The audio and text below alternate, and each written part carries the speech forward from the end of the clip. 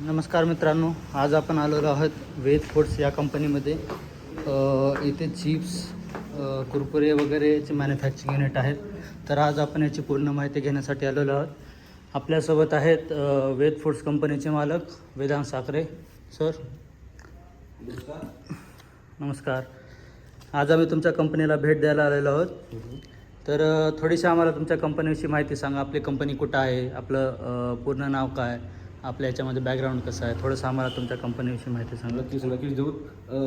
आपल्या कंपनीचं नाव वेद फूड्स आहे. जसं की तुम्ही आपल्या पाठीमागं पाहता, वेद फूड्स कंपनी मागच्या 6 महिन्यापासून कार्यरत आहे. आपल्याकडे वेद फूड्समध्ये लहान लेकरांसाठी स्नॅक्स वगैरे आयटम बनवतो आपण, जे की लहान लेकरांची फार आवड असते. पनीर, नाही साबुदाणा, चिप्स, ठीक आहे, रिंग, चीज बॉल, आपले असे जे की लहान लेकरांचे आयटम्स असतात, असे सर्व प्रकारचे आपण आयटम्स बनवतो. आपल्याकडे जवळपास 10 ते 12 प्रकारचे व्हरायटी आहे. आणि सर इथे आम्हाला मागे लाडू पण दिसत आहेत. तर आपल्याकडे 4 प्रकारचे लाडू बनवतात, जसं की मक्याचे लाडू, बेसनचे लाडू, गुळाचे लाडू, गुळ शेंगदाण्याचे लाडू, खोबर लाडू. आणि पूर्णपणे घरगुती पद्धतीने बनवतात. पूर्णपणे घरगुती. ठीक आहे सर. तर थोडीशी आम्हाला तुमच्या प्लांटविषयी माहिती सांगा. नक्की सांगू. हा जो स्टॉक दिसतो हे बनलेले आहेत का? हे आताच गाडी आमची लोड झालेली आहे. हां, उरलेल्या माहिती तर शिल्लक आहे. ठीक आहे. तर मित्रांनो बघू शकता अशा प्रकारे यांची पॅकिंग आहे. पनीर मसाला, इथं वेगवेगळे पॅक झालेले प्रोडक्ट्स दिसत आहेत. तर इथं आपल्याला वेगवेगळ्या मशीनी दिसत आहेत. ही मशीन कशाची आहे सर? ह्याला रोस्टर म्हणतात. त्याच्यामध्ये जो माल बनवलेला असतो ना, तो याच्यामध्ये वाळवण्यासाठी. आणि हा काय हा बनलेला? हा स्टॉक आहे आपल्याकडे, जे की याला चीज बॉल, रिंग वगैरे असे जे आयटम असतात, ते आयटम बनवून आपण या ठिकाणी ठेवतो, एल मध्ये भरून ठेवतो. त्यानंतर याला मसाला वगैरे लावून ठीक आहे सर. ती ही रोस्टर मशीन आहे, म्हणजे स्टार्टिंगला याच्यामध्ये माल रोस्ट होतो. येस. ठीक आहे. आणि या ठिकाणी आपल्याला दिसत आहे ही कोणती मशीन आहे सर? हे आहे याच्यामध्ये मसाला लावण्यासाठी आपण याला मिक्स करण्यासाठी वापरतो. मसाला वगैरे चिटकवतो. आणि ती वाली ही पॅकिंग मशीन असते. यामध्ये पॅकिंग होतं, या ठिकाणी रोल लावला जातो. सर्व प्रकारचे आयटम आपले म्हणजे आपल्याकडे अशा या ठिकाणी 4-5 प्रकारच्या मशीन आहेत. एक रोस्टर, एक मिक्सर, एक पॅकिंग मशीन, अशा वेगवेगळ्या प्रकारच्या मशीन आहेत. ठीक आहे सर. आपला प्लांटसाठी आलेला अंदाजा खर्च काय असेल सर? याचा खर्च अंदाजे जर काढायचा गेला तर जवळपास माझ्या मते 20 लाखाच्या आसपास जाईल. 20 लाखाच्या आसपास सर्व खर्च. हां. पण सर यूट्यूबवर वगैरे किंवा वेगवेगळ्या ठिकाणी असं म्हणतात लोक की 5-6 लाखामध्ये तुम्ही प्लांट टाकू शकता व प्रोडक्शन चालू करता. काही नाही, ते मूर्खपणाचे लक्षण आहेत. जे की दिल्लीवाले ठिकाणी, दिल्ली साईडला आपण पाहतो, त्या ठिकाणचे लोक असे दावा करतात की युट्यूबवरती व्हिडिओ वगैरे टाकतात, सांगतात की 6 लाखामध्ये तुमचा व्यवसाय सुरुवात करा, मक्यापासून बनणारे प्रोडक्ट आपण म्हणजे बनवू शकता. पण ते सगळं खोटेपण आहेत. मुळात त्या मशीनने काम होत नाही. खूप सारे प्रॉब्लेम्सला आपल्याला फेस करावं लागतं. आम्ही पण दिल्लीकडूनच मशीन घेतली होती. खूप सारे आम्हाला मॉडिफिकेशन करायला लागले, त्यामध्ये खूप सारा खर्च एक्स्ट्रा गेला. हे सर्व खर्च आम्हाला मॉडिफिकेशनसाठी जो खर्च होता तो ऍक्च्युअल मशीनच्या कॉस्टपेक्षा कितीतरी पटीने जास्त लागला होता. तर अशा मशीनी कोणकोणत्या ठिकाणी अवेलेबल आहेत? जसं तुम्ही म्हणला की दिल्लीला आहे, आणखी कोणत्या वेगवेगळ्या ठिकाणी? मेट्रो सिटीमध्ये खूप बऱ्याच ठिकाणी आपण अशा मशीन, जसं की लोक सहसा गुजरात जातात किंवा अलग अलग राजकोट झालं, गुजरातमध्ये असे खूप सारे प्लांट आहेत. गुजरातमध्ये आहेत, राजस्थानमध्ये आहेत.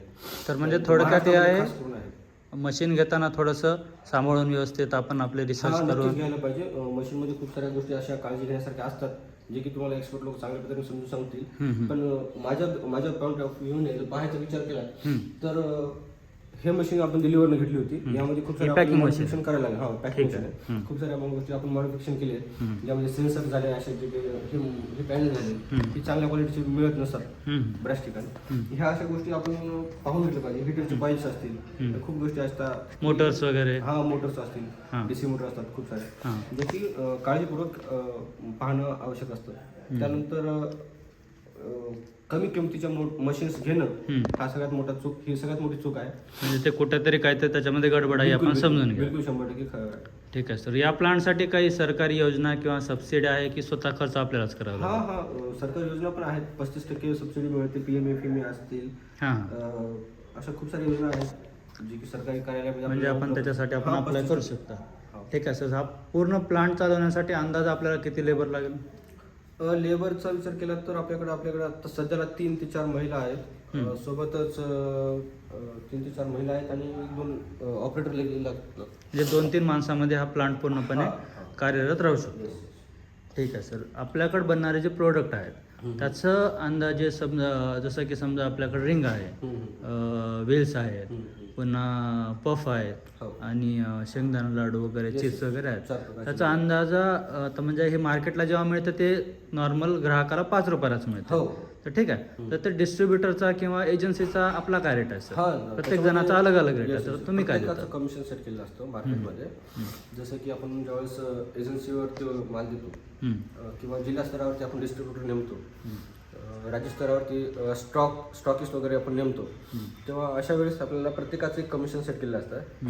त्यांना प्रत्येकाला वेगवेगळं मार्जिन द्यावं लागतं. जे 5 रुपयाचं प्रोडक्ट आपण विकल्या जातो मार्केटमध्ये, फायनल कस्टमरला पोहोचतं, त्या प्रोडक्टला आपण आपल्या कंपनीमधनं 3.5 रुपयापर्यंत, माझ्या मते 3.5 रुपयापर्यंत आपण देतो. जसे की तुम्हाला पाहायचे असतील तर आपले लाडूचे प्रोडक्ट वगैरे दाखवतो.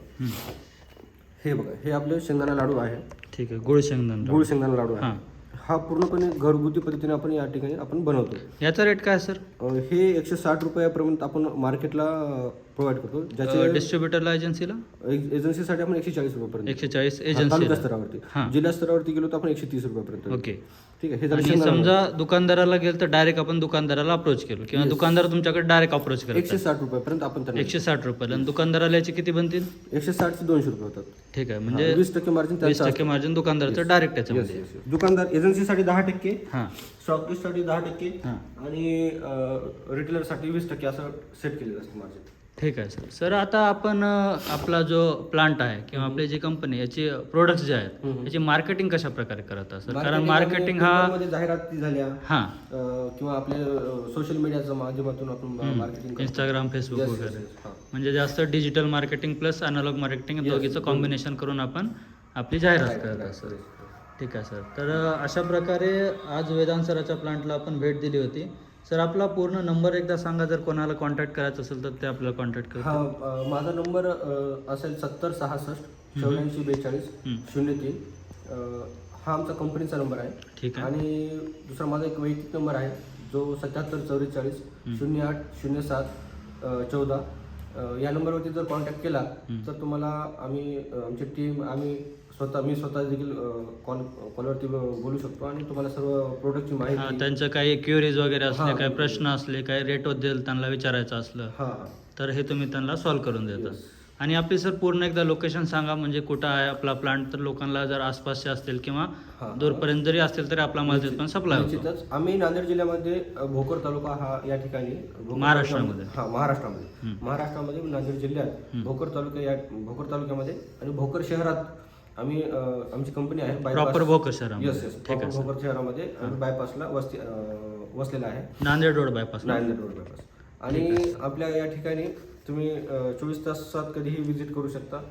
तुमचे जर समजा लांबून आलेला असाल, तुमची राहण्याची, खाण्याची, बसण्याची किंवा तुम्हाला सर्व प्रोडक्टची माहिती देण्यासाठी आम्ही सज्ज आहोत, तयार आहोत. ठीक आहे सर, चांगली गोष्ट. तर मित्रांनो, या प्रकारे आज आपण वेदांत सरच्या वेदफोर्डच्या प्लांटला व्हिजिट दिली होती. जर तुम्हाला काही कॉन्टॅक्ट वगैरे करायचा असेल तर त्यांचा नंबर त्यांनी ऑलरेडी सांगितलेला आहे व डिस्क्रिप्शनमध्ये पण आपण त्यांचा नंबर देत आहोत. तर तुम्ही जरूर त्यांना संपर्क साधू शकता. ठीक आहे मित्रांनो, धन्यवाद.